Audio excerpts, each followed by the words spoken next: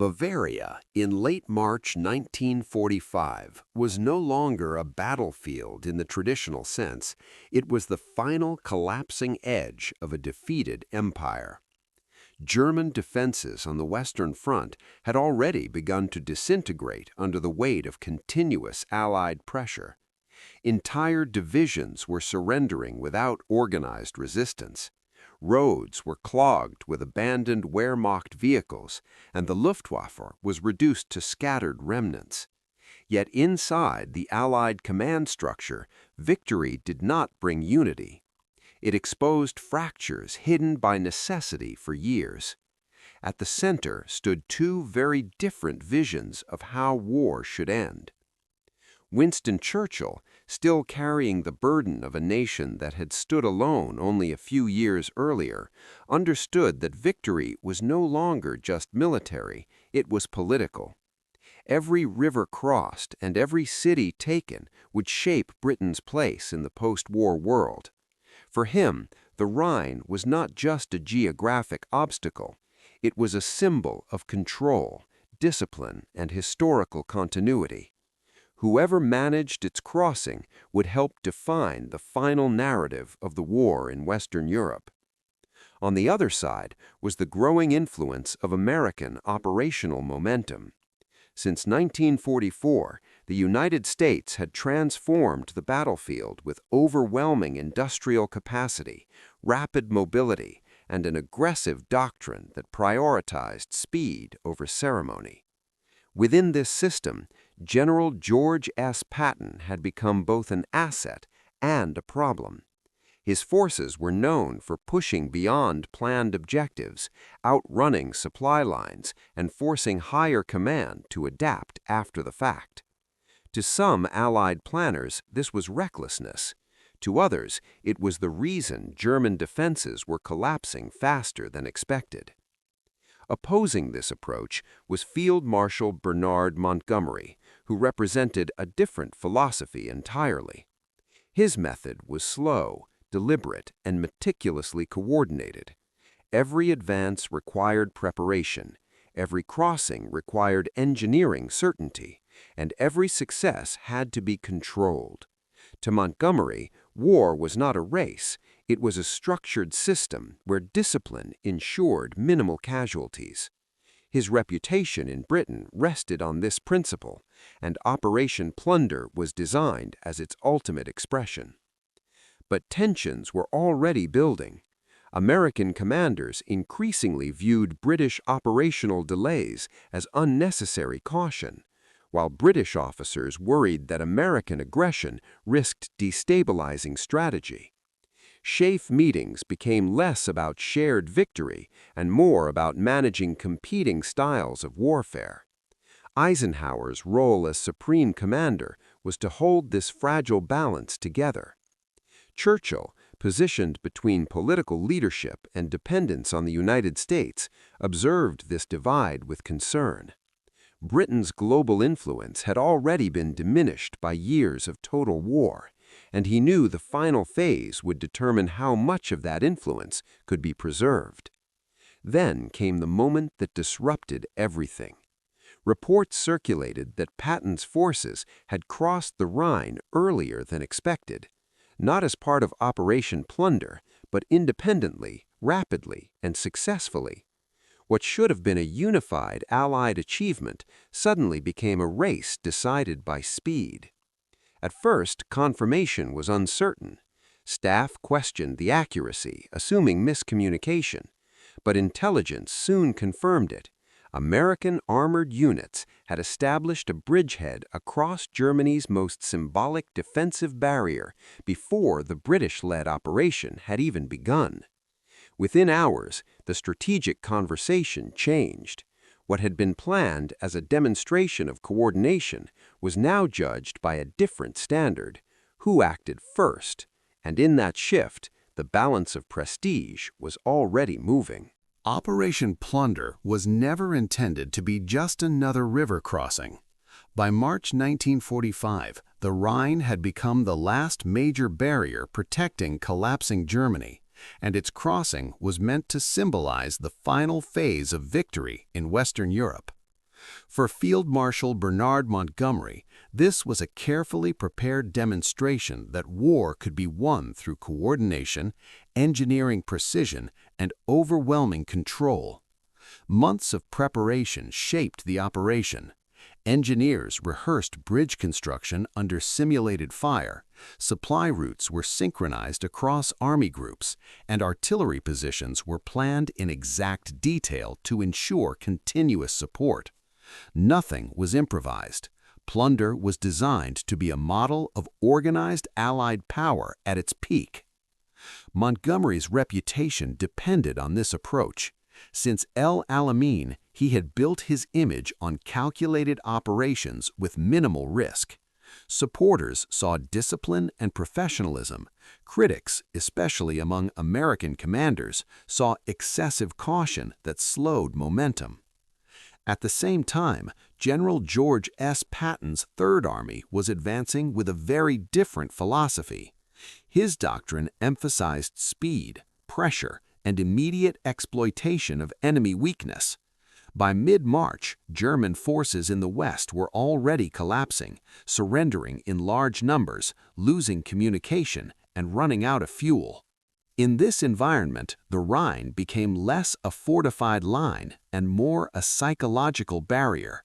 While Montgomery prepared a coordinated crossing, Patton's units began probing weaker sections of the river further south. Reconnaissance identified lightly defended areas near Oppenheim where resistance was limited. On the night of March 22, 1945, U.S. forces launched an improvised crossing. Engineers used assault boats under cover of darkness, and infantry units quickly secured a bridgehead on the eastern bank.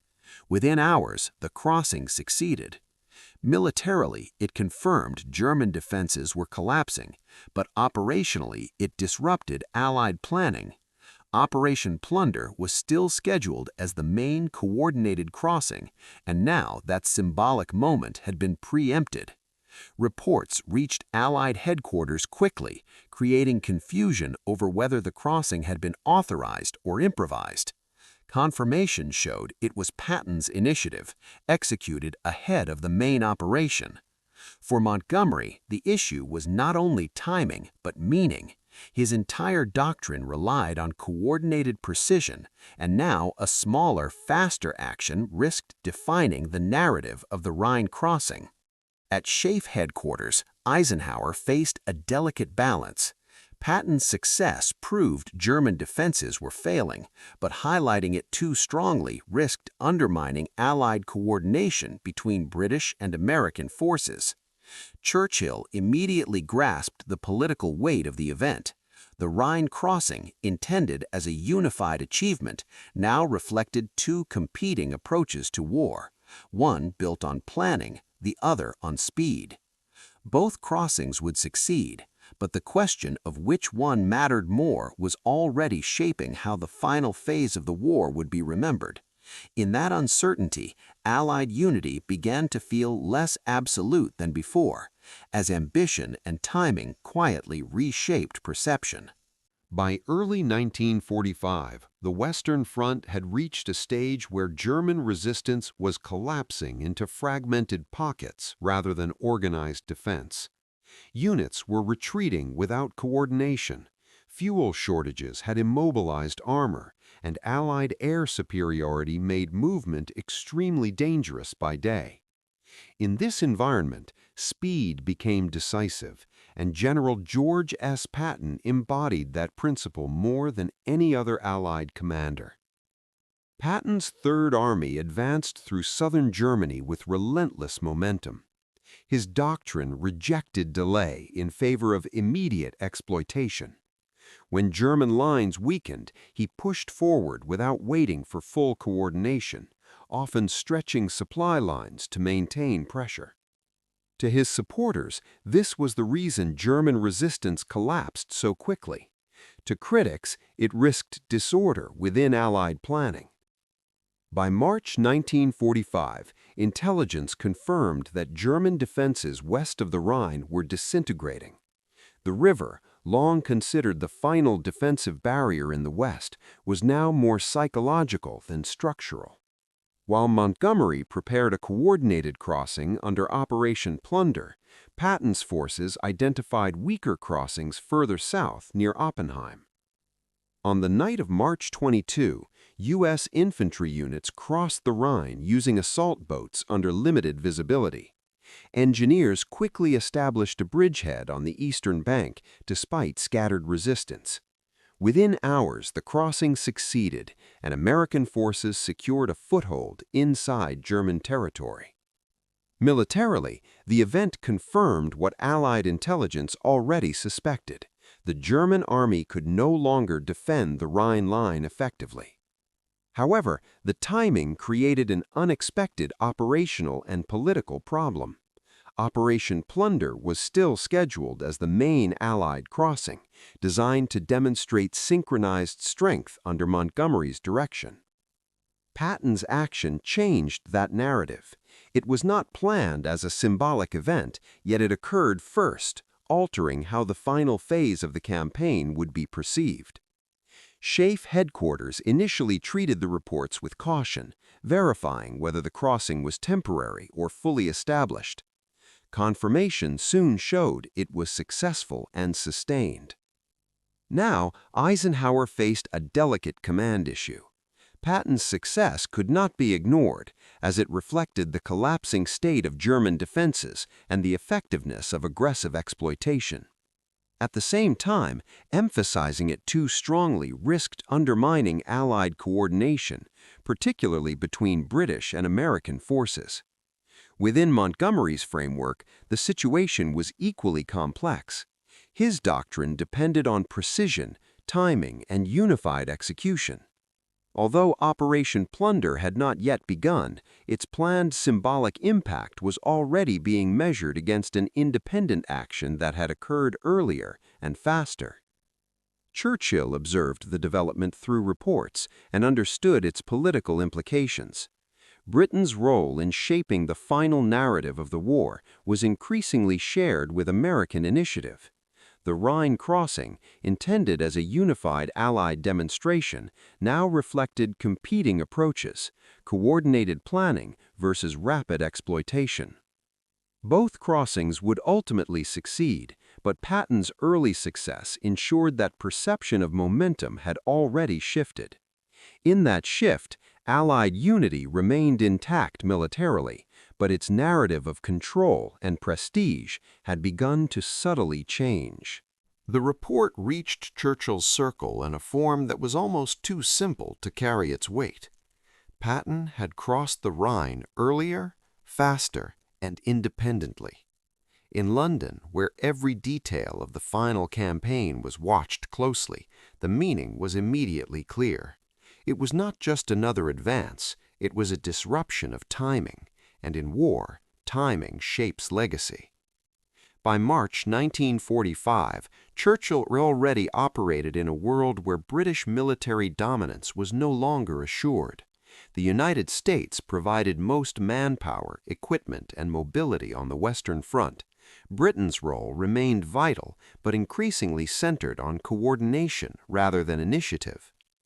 Montgomery's planned crossing under Operation Plunder had been designed as a defining moment, showing that disciplined planning and engineering precision still mattered in modern warfare. It was meant to demonstrate that victory could be achieved through control rather than improvisation. Then came Patton's crossing. Inside British command discussions, the reaction was restrained but tense. Plunder was still ready and fully capable, but the first successful crossing had already occurred, and it was not the coordinated Allied showcase. Montgomery had not been defeated militarily, but he had been preempted in timing. In coalition warfare, timing often defines perception, even more than scale or preparation. This created pressure not only on planning, but on reputation. Churchill's concern went beyond individual commanders. He was managing an alliance where British influence increasingly depended on cooperation with American industrial and operational power. Every success in 1945 also shaped post-war political perception. Within SHAEF, Eisenhower had to balance accuracy with unity. Patton's success could not be dismissed, yet emphasizing it too strongly risked weakening Allied coordination at the moment of final victory. Churchill recognized a broader shift forming. Britain had begun the war as Central Europe's defender, but it was ending it alongside a partner whose scale now defined the battlefield. This change was gradual but unmistakable by 1945. Montgomery represented control and structure.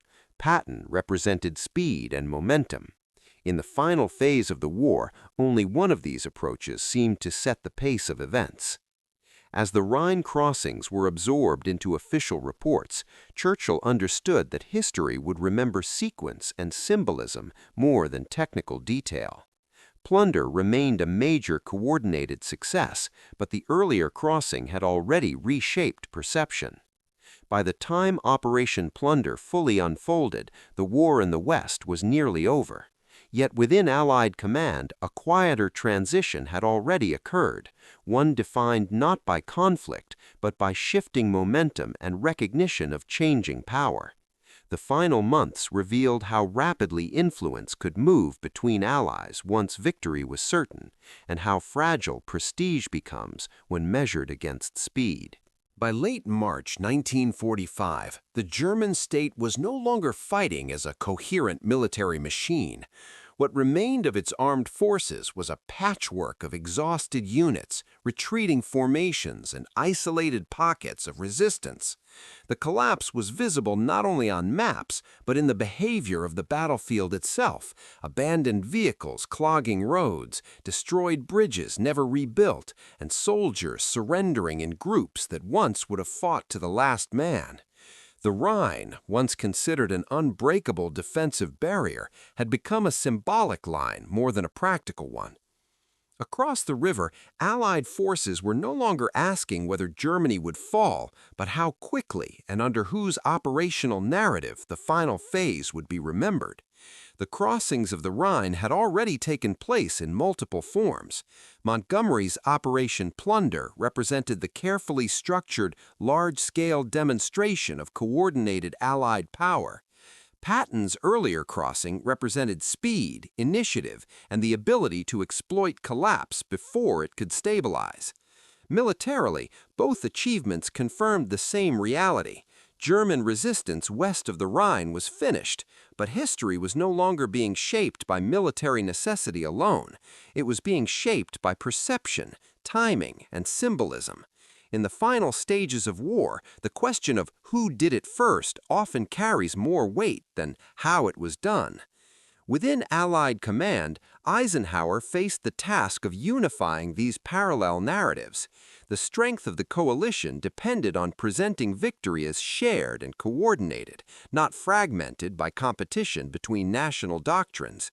Yet the reality on the ground made this difficult. The war had effectively accelerated beyond centralized control, driven increasingly by the initiative of field commanders responding to collapsing enemy structure. Montgomery's operation proceeded as planned, massive in scale and carefully executed. It achieved its objectives with minimal confusion and demonstrated the continued effectiveness of large-scale coordination.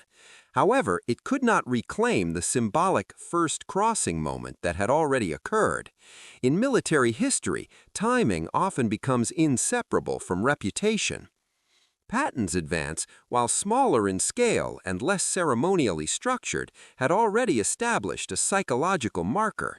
It demonstrated that the German defensive system was no longer capable of controlling tempo, and that individual armies could now dictate the pace of operations without waiting for synchronized planning. Churchill, observing these developments from a political perspective, understood the broader implications. Britain's role in the final victory remained significant, but the center of operational gravity had shifted. The United States, through manpower, industrial capacity, and aggressive field command, increasingly defined the rhythm of the final campaign in Europe. This did not diminish British contribution, but it did change how leadership was perceived.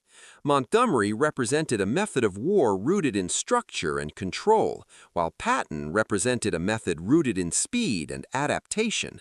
In the final phase of the conflict, the latter increasingly appeared to match the conditions of a collapsing enemy more effectively.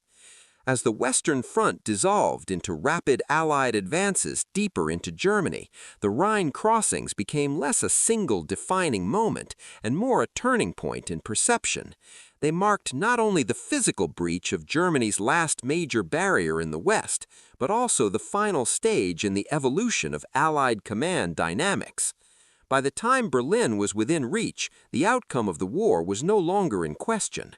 What remained was how it would be remembered, whether as a unified Allied achievement shaped by coordination or as a series of rapid competitive advances that reflected a new hierarchy of military power emerging at the end of the war.